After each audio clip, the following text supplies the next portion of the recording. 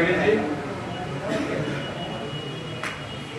हनुमानगढ़ शहर और देहात ब्लॉक कांग्रेस कमेटी इस बैठक में पधारे हमारे हनुमानगढ़ विधानसभा क्षेत्र के कोऑर्डिनेटर, मेरे साथ में परम सानिध्य रखने वाले बड़े भाई की तरह से डॉक्टर खानू खान जी, हमारे हनुमानगढ़ विधानसभा क्षेत्र से विधायक रहे, पूर्व मंत्री रहे चौधरी विनोद कुमार जी,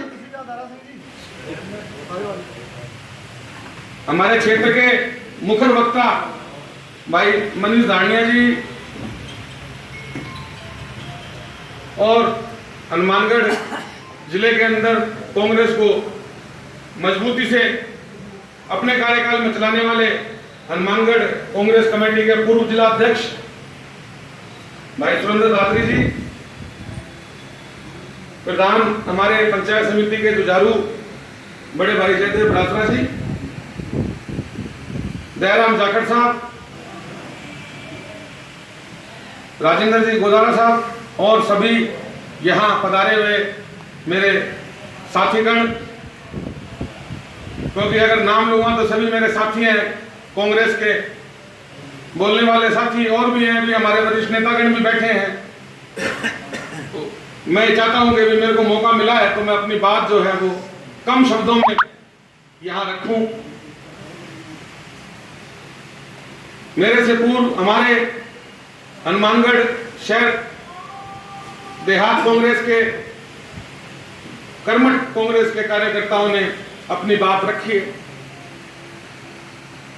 बड़े भाई खानू खान जी यहाँ हमारे बीच में पधारे हैं।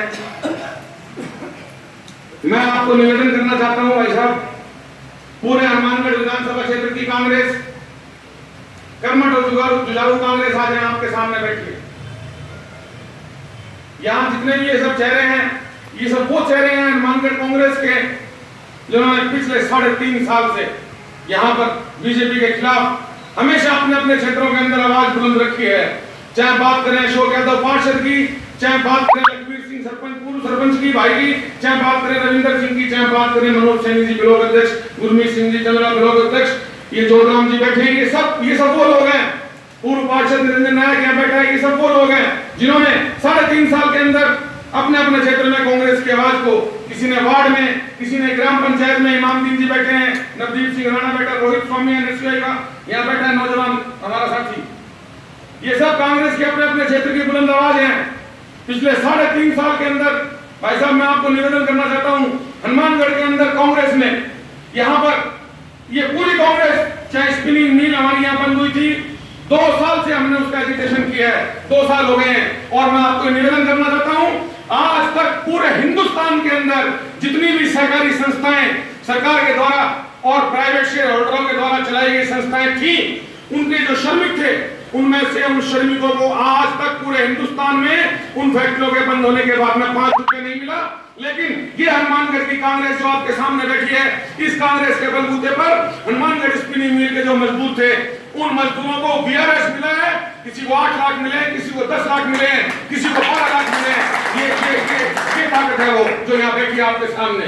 मैं आपको निवेदन करना चाहता हूँ।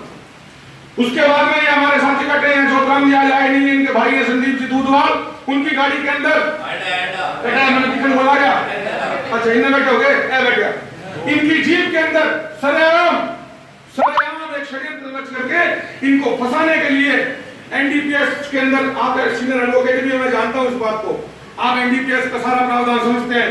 इनकी कोर्ट के अंदर खड़ी जीप के अंदर अफीम रख दी गई इनको एनडीपीएस का मुलजिम बनाने के लिए। लेकिन ये पूरी कांग्रेस जो आपके सामने बैठी है, सारी एकजुटता से इनके साथ खड़ी हो गई और इस पुलिस के साथ उन्होंने घेराव कर दिया।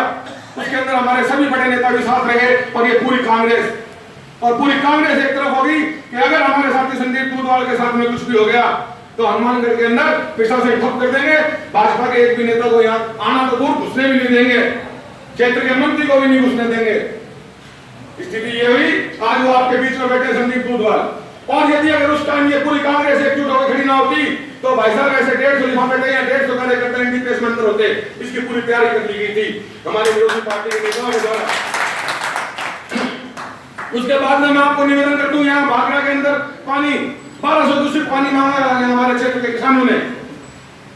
हमारे क्षेत्र से सिंचाई मंत्री हैं डॉक्टर राम प्रताप जी, उन्होंने प्रेस कॉन्फ्रेंस करके कह दिया यहाँ पर हमारे 65% जो है वो हमारे किसान साथी बैठे हैं कि पानी नहीं है, किसान धैर्य रखें।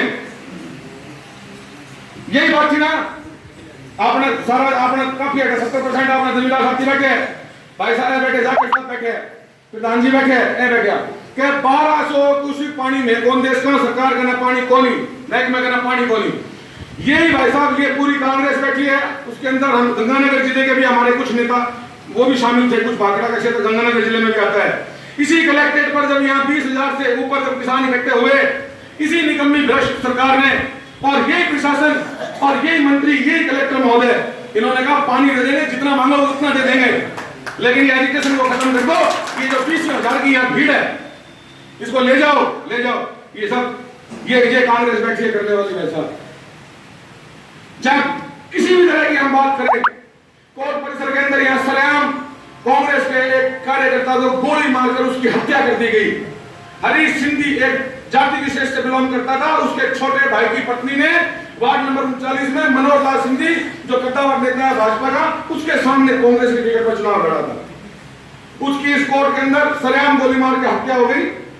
बलराम यादव जो 92 से जो व्यक्ति 6 वार्ड के अंदर 6 वार्डों में बहुत अच्छा वर्चस्व रखता है, उस व्यक्ति पर सरेआम हमला हुआ। 94 में उसकी वाइफ यहाँ, उसकी पत्नी लगातार जहाँ 94 में पार्षद थी, उसका छोटा भाई अशोक यादव यहाँ बैठा है, लगातार दूसरी योजना में पार्षद है, 2 योजना पार्षद है। उसका भी पूरा विरोध किया पूरी कांग्रेस, उस समय इन सबके साथ खड़ी थी। हनुमानगढ़ के अंदर मैं आपको ये बातें इसलिए बताना चाहता हूं कि कांग्रेस बिल्कुल भी कमजोर नहीं है। मेरे ख्याल से राजस्थान के अंदर जितनी मजबूत हनुमानगढ़ की कांग्रेस है, उतनी मजबूत शायद किसी और जिले की हो। और एक निवेदन और करना चाहता हूं मैं आपको, हनुमानगढ़ जिले से सबसे ज्यादा प्रदेश कार्यकारिणी में पदाधिकारी अगर हैं कांग्रेस में तो हनुमानगढ़ जिले से हैं। 6 प्रदेश पदाधिकारी हैं हनुमानगढ़ जिले से। लेकिन कहीं ना कहीं जो ये कांग्रेस बैठी है, समर्पित कांग्रेस, इनको समय समय पर यह महसूस होता रहा, यह महसूस इनको हुआ है समय समय पर कि हमारे साथ में जिस तरह का हमारे को एक मान सम्मान जो और समय समय पर एक संभालना, हमारे को भी समय समय पर हमारे को संभालते रहे, तालमेल जिसको हम कह सकते हैं, आपस में कोऑर्डिनेशन, वो उसके अंदर कहीं ना कहीं जो है वो हमारे को मजबूत करने की जरूरत है। क्यों साथियों? तालमेल मजबूत करने की जरूरत है, क्यों नहीं? तालमेल, आपस में एक कोऑर्डिनेशन। मैं एकलो फिरन आ रही हूं कड़ी, मनमोहन भाई अलग फिरन आ रहे हैं, गुरदीप भाई अलग फिरन आ रहे हैं, शबीर अलग फिरन आ रहे हैं।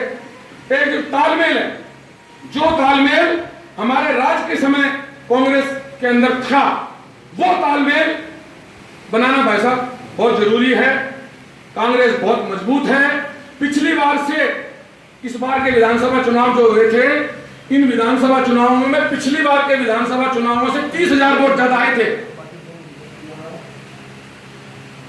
भाई साहब। इस बार जो विधानसभा चुनाव हुए थे और पिछले विधानसभा चुनाव से इस बार के विधानसभा चुनाव में 30,000 वोट ज्यादा आए थे कांग्रेस को। यहाँ बता दो, मेरी बात पूरी होगी। कांग्रेस हनुमानगढ़ के अंदर आज तक का इतिहास रहा भाई साहब, कांग्रेस हमेशा मजबूत रही है। कांग्रेस कहीं भी कमजोर नहीं है और न ही किसी तरह की कांग्रेस में कोई गुटबाजी है। गुटबाजी दूर दूर तक कहीं भी नहीं है, ये सारे बैठे हैं। लेकिन एक आपस के अंदर कोऑर्डिनेशन, तालमेल की भाई साहब जरूरत है हमारे को, कि आपस के अंदर एक दूसरे का, आपस में सभी कार्यकर्ताओं और नेताओं का तालमेल बना रहे और एक दूसरे से लगातार जुड़े रहे। बस ये इतनी सी आवश्यकता है। हमारे भी आप नेतागण बैठे हैं, आपके दिशा निर्देश हमारे को लेने हैं। मैं अपनी बात को विराम देता हूँ। अध्यक्ष जी, आपने धन्यवाद जो मेरे को बोलने का मौका दिया।